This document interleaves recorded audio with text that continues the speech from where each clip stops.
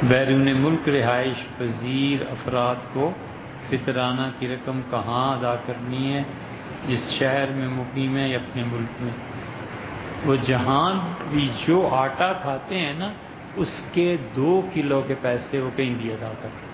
مثلا وہ آٹا اور روٹی فرض کر لیجئے کہ امریکہ میں کھا رہے ہیں، وہاں پہ وہ فرض کر لیجئے $10 کی بن جاتی ہے، وہ $10 آپ پاکستان جب بھیجیں گے تو یہ $300 ہو جائیں گے، جبکہ وہی 2 کلو روٹی یہاں کھانے والا ممکن ہے وہ 150 میں ہی اپنے فدیہ پورا کر دے، فطرانہ وغیرہ پورا کر دے۔